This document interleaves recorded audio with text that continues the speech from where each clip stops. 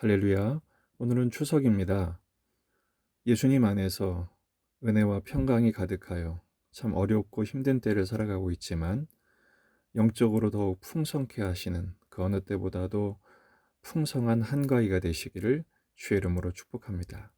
오늘 말씀은 마가복음 12장 17절입니다.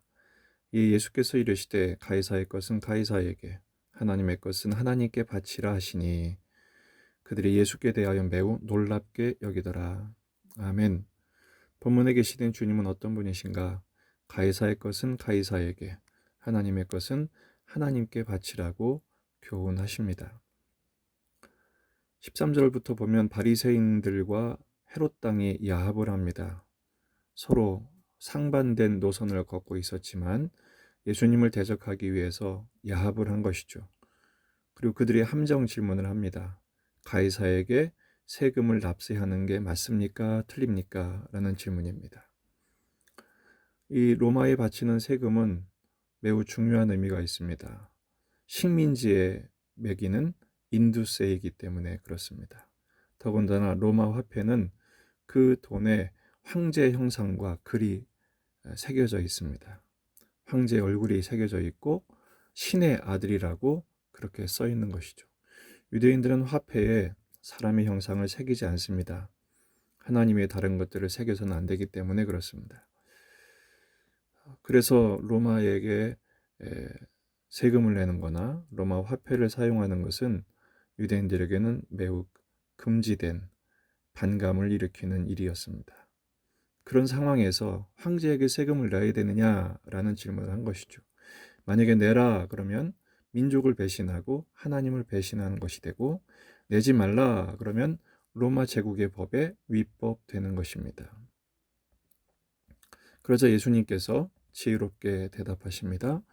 그러면 너희에게 데나리온이 있으면 가져와라 이렇게 말씀하시죠. 그러자 가져옵니다. 이것 자체가 이율 배반이죠. 황제가 새겨지는 화폐를 소지하는 것도 율법에 위배되기 때문에 그렇습니다. 바로 그들에게 주님이 이렇게 대답하십니다. 가이사의 것은 가이사에게, 하나님의 것은 하나님께 바치라. 이 말의 의미는 무엇일까요? 이원론적으로 세상에선 세상 방식으로, 또 신앙은 신앙대로 이렇게 하란 말일까요? 그렇지 않습니다. 모든 일상, 모든 세상이 모두가 하나님 나라에 속해 있습니다. 하나님 나라의 통치에 들어간다는 것이죠. 이게 성경적인 세계관입니다. 유대인들은 바친다고 했을 때 이 바치는 것이 하나님과 하나님께 바치는 것으로 세상과는 완전히 분리된 것으로 생각을 했습니다. 그래서 하나님께 바치는 것이 신앙인가? 그렇지 않습니다.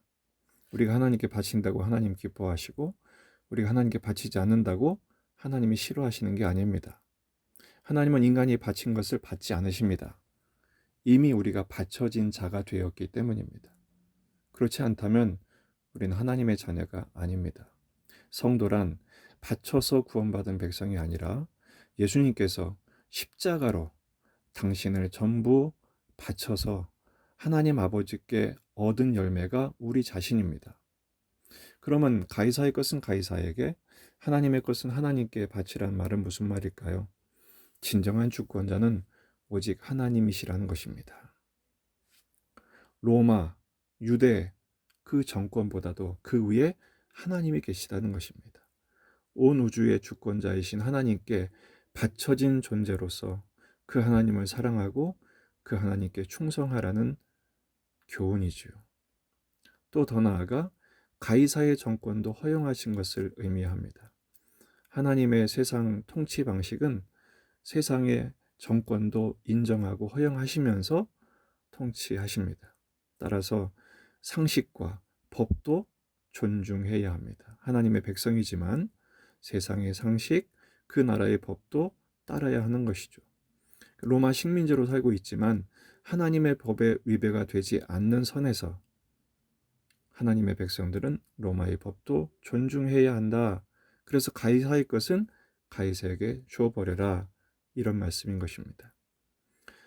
본문에는 나와 있지 않지만 원문을 보면 가이사의 것은 가이사에게, 그리고 하나님의 것은 하나님께 바쳐라.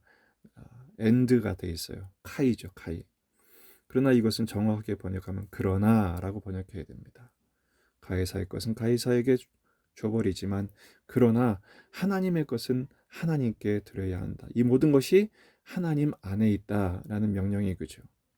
우리는 하나님의 형상이 새겨진 하나님의 사람이기 때문에 그렇습니다.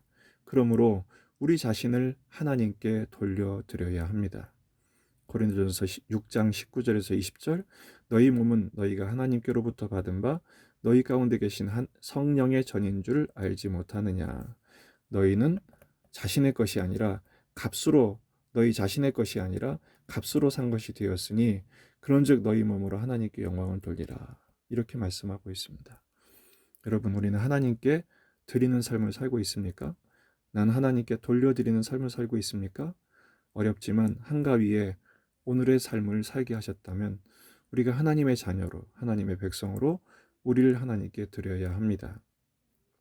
요한일서 4장 18절 사랑 안에 두려움이 없고 온전한 사랑이 두려움을 내쫓나니 두려움에는 형벌이 있음이라. 두려워하는 자는 사랑 안에서 온전히 이루지 못하였느니라.